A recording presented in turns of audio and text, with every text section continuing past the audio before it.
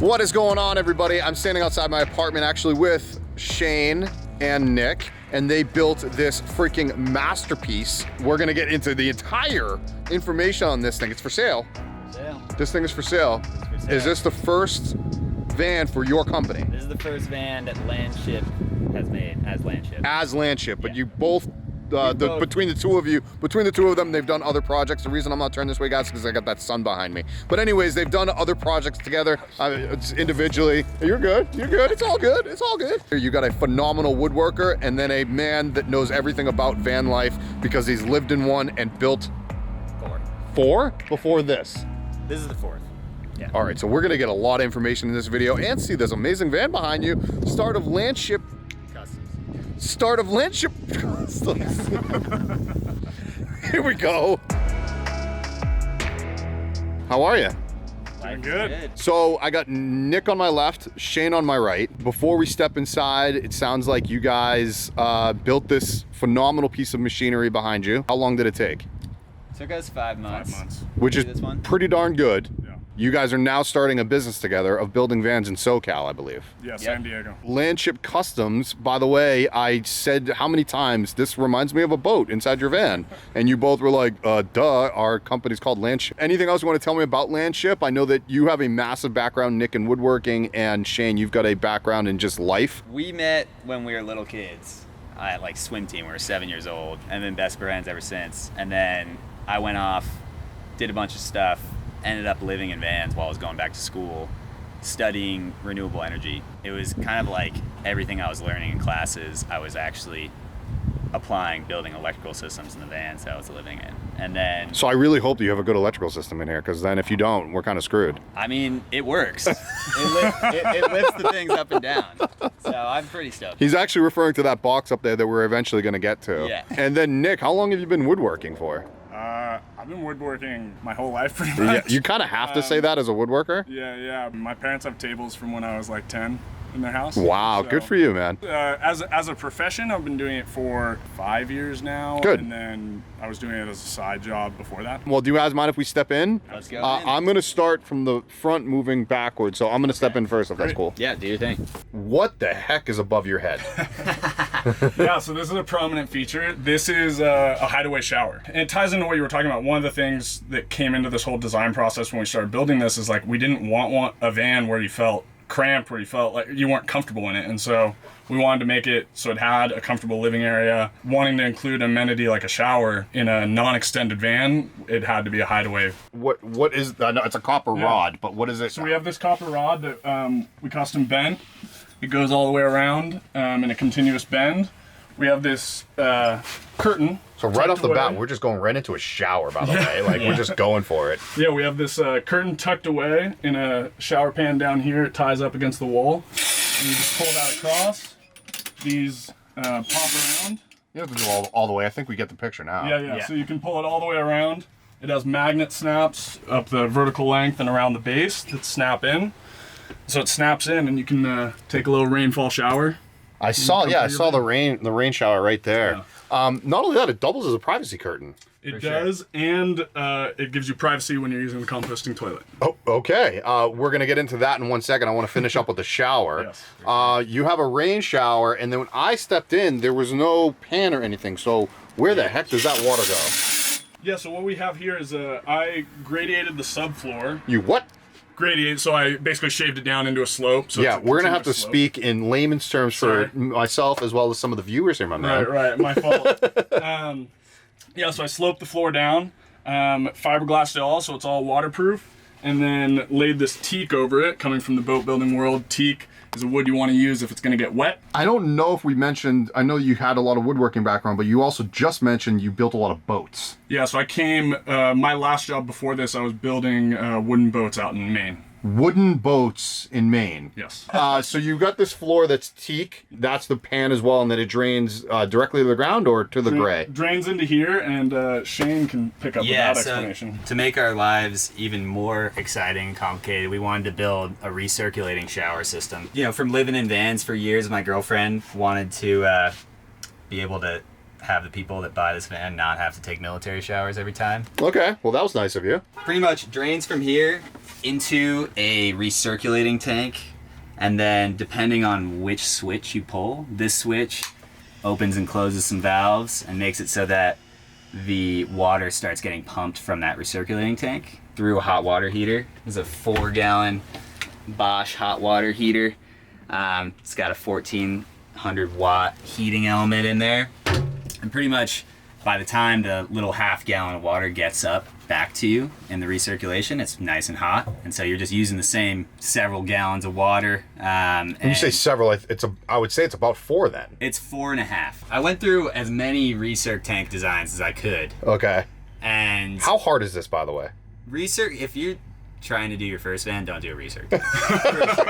Like straight up. Thank you for saying this, Shane, because honestly, it's one of my biggest questions of, let's do a recirc, and I'm like, listen, the concept of it is simple. Yeah. The open loop system is out there. For sure. Putting it into a van is not simple. It took me probably 3 tries after testing it a lot to get it to a point where I felt comfortable like selling it to somebody. If you're okay with sharing this information, Yeah. how many filters do you have? I have 7 and then a UV light.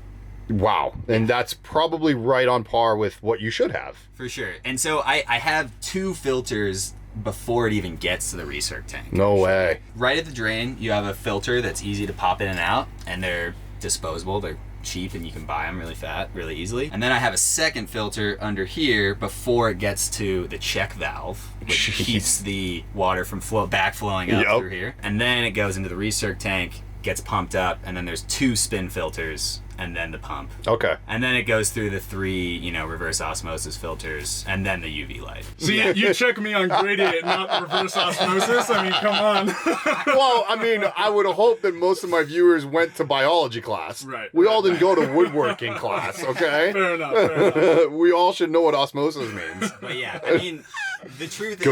Good one. But the truth is that having one of these things, if you're going to shower all the time, it's more maintenance. You got to change out your filters. You got to use special types of soaps like Dr. Bronner's hippie soaps because the other ones clog them up. Because of that, we also have a normal dump system. If you don't want to use the recirc tank, you just flip this switch and then... I just heard the valve open, yeah. Oh yeah, it's this. I get so stoked every time I hear this. I do too. That one makes it so that it just drains straight through the recirc tank into the gray water tank. I love it. As a normal shower, you can use it as the recirc shower. I have heat tape on everything under the van and heating pads on all the tanks. Fresh tank is how big? 32 gallons. And then your gray doesn't really matter because it's a gray, but 25. And then your recirc tank, I guess, is 4.5, but mostly because of the hot water heater is 4, and then the recirc tank is only a half. Right. And it's really just there to prime the pump for when you turn it into a recirculating system. Got you. Spent a long time in the shower. That's okay. It was much needed because this is one of your pride and joys of your van. Yeah. I am going to move over to this kitchen galley setup. Again, phenomenal woodworking, Nick. You got a nice sponge in there. Thanks, pal.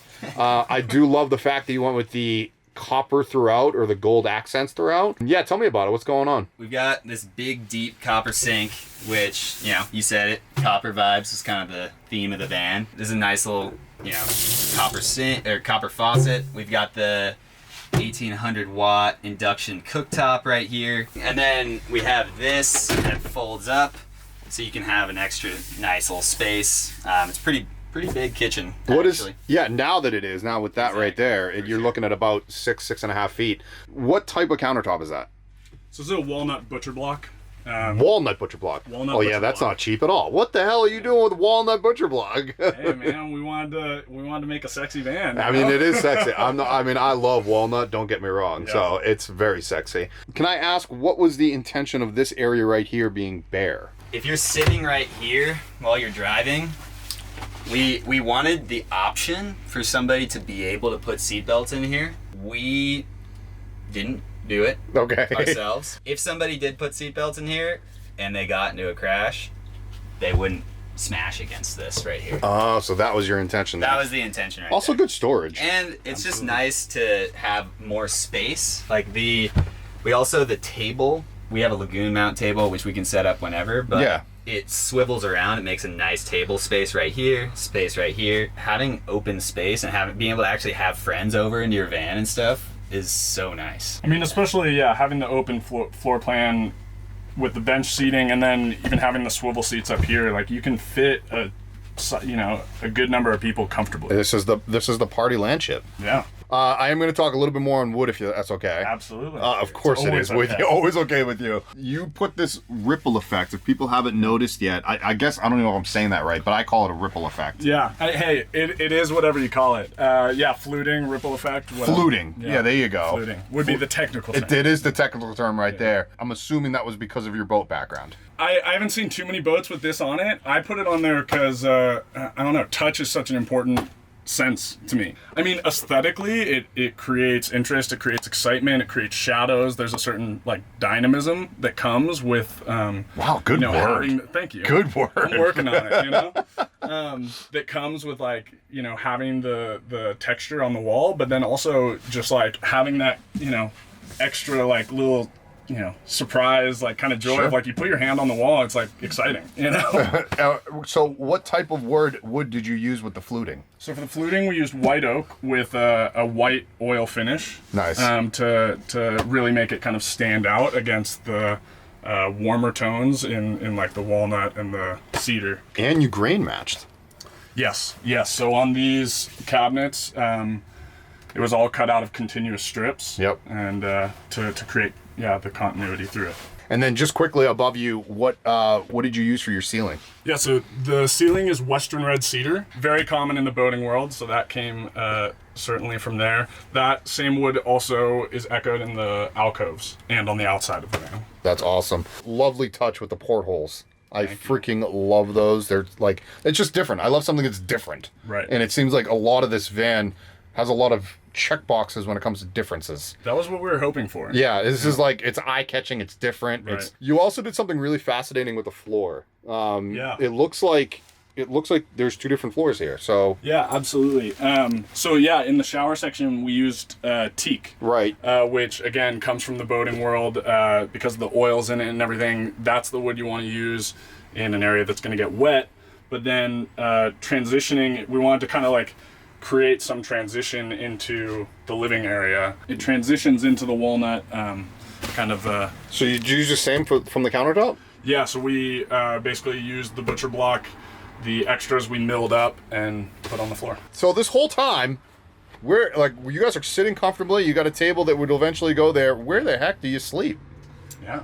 So I'll let Ho-Ho do the honors. Oh yeah, so Nick's last name is Hoverston. So you call him Ho-Ho? I call him, he's the Ho-Ho. Okay. It's a nickname that came out of somewhere and it's stuck. It's because he loves eating Ho-Hos. Okay, well. And he's kind of a big, intimidating guy when you first meet him. And so if you introduce him as Ho-Ho, people's guards go down, Yeah. Like, oh, he can't be that tough. He's a Ho-Ho. He's a big Ho-Ho. Yeah, so this looks like it comes out at some point. So yeah, we went with a three-piece sliding system. Ooh, a three-piece.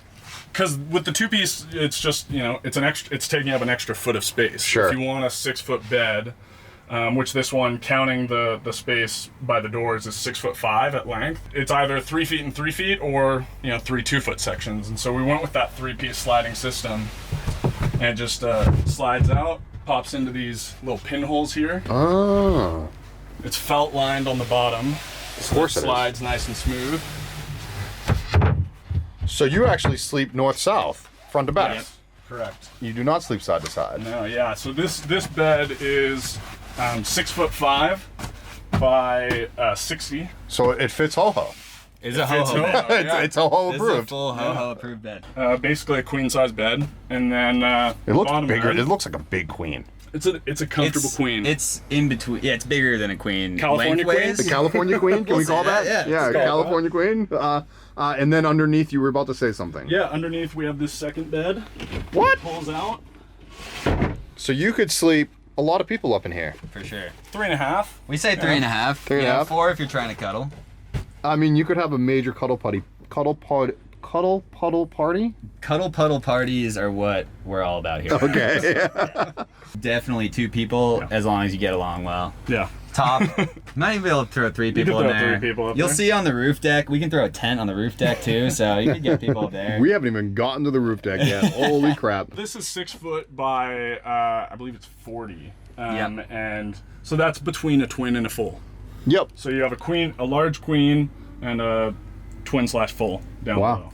For sure. And yeah, and it's nice because these pillows just fit really snug against this fridge. And so when you sleep on this thing, you throw some blankets down, you don't fall into the cracks at all. How hard is it to put this thing back up and together? Pretty easy. Pretty easy?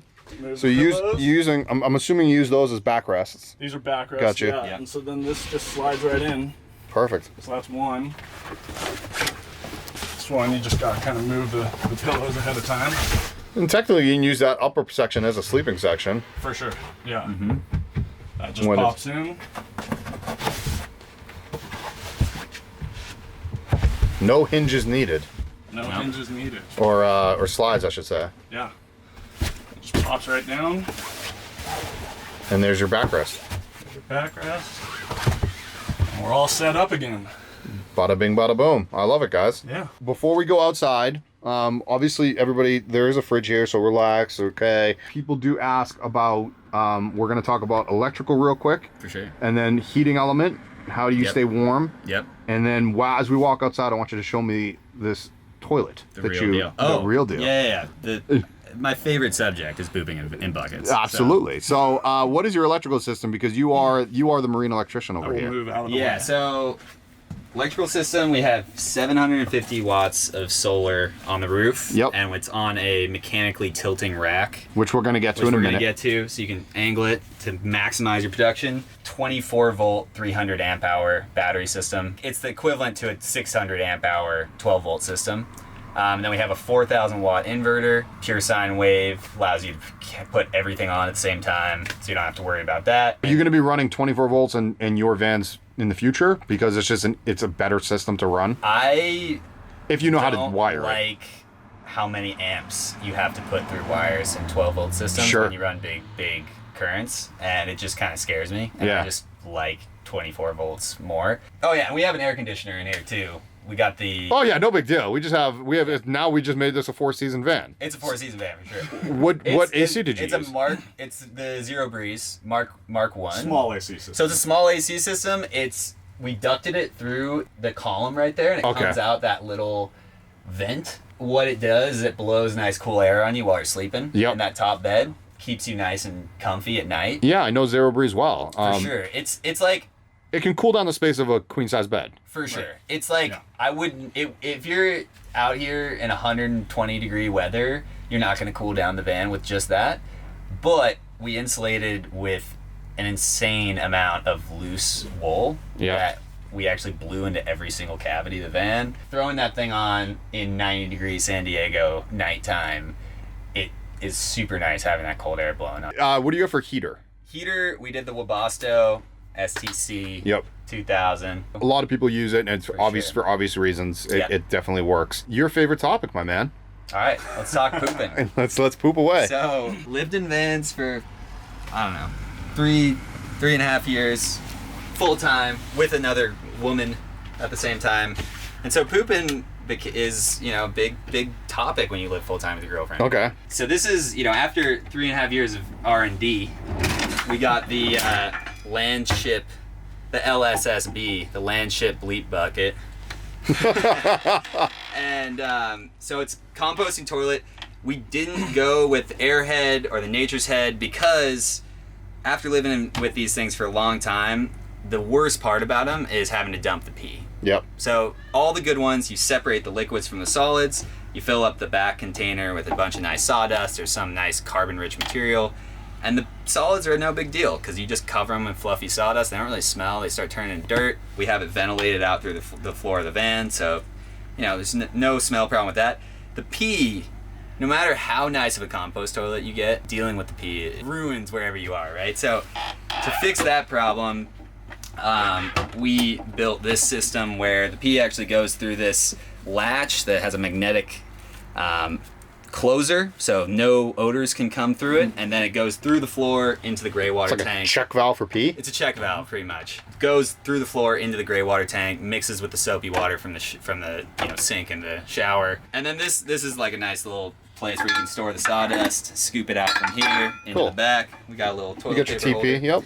And then our favorite part is that no one really wants to stare deeply into the eyes of their loved ones while pooping. We made this curtain actually able to close off the toilet so you can make a nice little toilet room while you poop. All right, let's move into some really interesting stuff that's on the outside. Yep. Here, you can check out the buttons. Apparently, first. before we go outside, he's going to show us buttons. We got this C-Marine system that's monitoring all of the electrical, monitoring all the amps of the battery, what we're using, how much the solar is charging, all that stuff. Down here, you turn, this button is actually a magnetic lock Okay.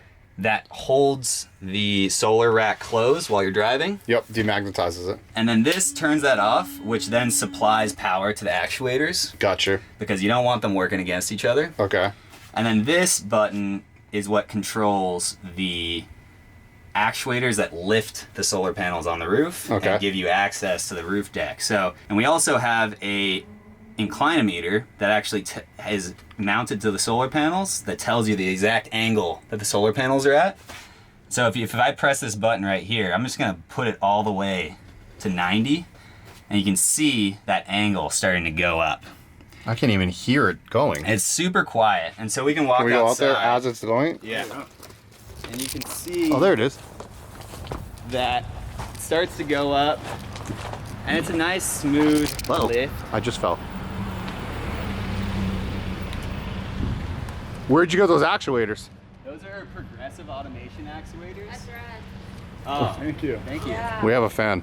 Yeah, it's pretty fun because you can on that C-Marine system, you can look up what's the best solar angle on your phone, and then click the button and get it to the exact angle, and then you can watch on the C-Marine. Still going. screen.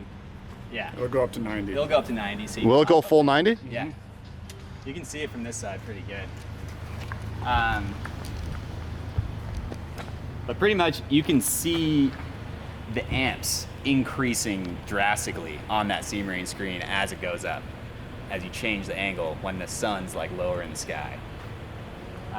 And that's pretty fun. Okay. Well, what the heck? We're on the outside of the van now, and it's just, first of all, I'm staring at a 90-degree open box on top of a van with solar panels on it. We call it the solar sail. The solar Land. sail. That's pretty cool. Yeah. And then your woodworking, Nick, is on the outside as well. Yeah. Obviously, this is not an inconspicuous stealth vehicle, This Not is at all. not a stealth van. but who cares at this point? Nope. That is for your, I'm assuming, big-ass surfboards. Yeah, so we like shortboarding and we like longboarding. Okay. Longboards are big.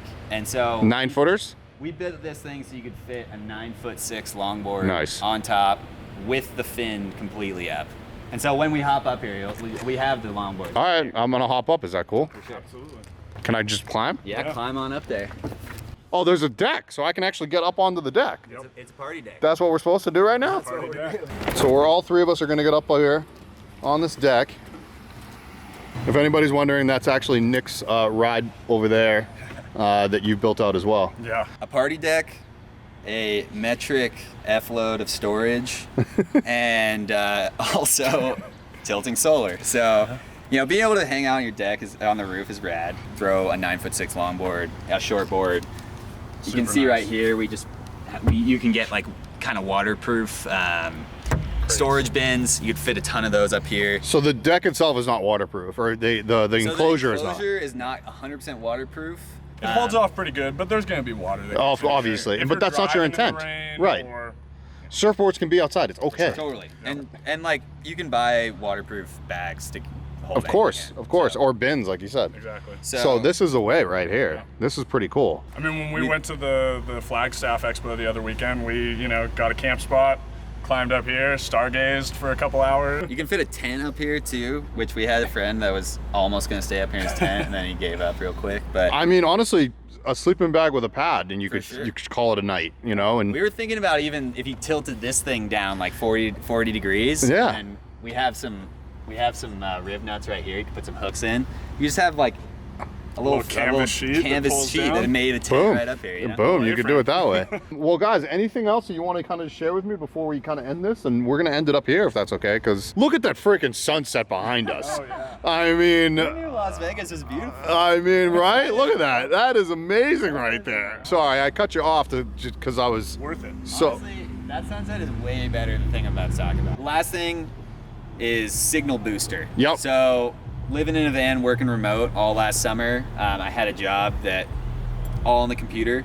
And so having the signal booster where you can go from 2 bars to 5 and go full conference call and so many more badass places is a pretty game changer. Absolutely. And the thing that really makes the signal booster work well is having a pretty tall antenna. And It's accessible from the rear door, so you don't have to come you up. don't have to come up here. I know. I just didn't want to step over the edge like that. For sure. A solid 4.5 feet off the top of the van. So like, Yeah, again, we're not being inconspicuous here. We've already kind of 86 that. we've given up on stealth. If you want a stealth van, go buy Brandon's vans. His vans are way more stealth. He's actually referring to Buck SD, everybody. SD. That's obviously, we're all friends. Guys, I can't thank you guys enough, obviously showing me the Landship Customs flagship. Yep. This is the flag, flagship. flag land ship. It's the flag ship. I like that. I mean, this is your first baby. For sure. Let's send it. Let's set it sail and let's build you guys another one. Puns are plenty. Yeah.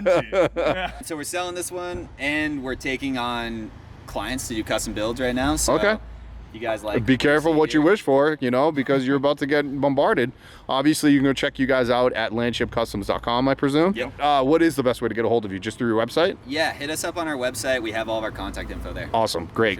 Sure. Guys, thanks again to Shane and Nick for showing us the Landship Customs first van together. Awesome. Thank you Thanks, very much. Jarrod. All right, buddy. Much love. Appreciate it. Later, guys. I could run through the fire, I could conquer the night. If I can make it, if I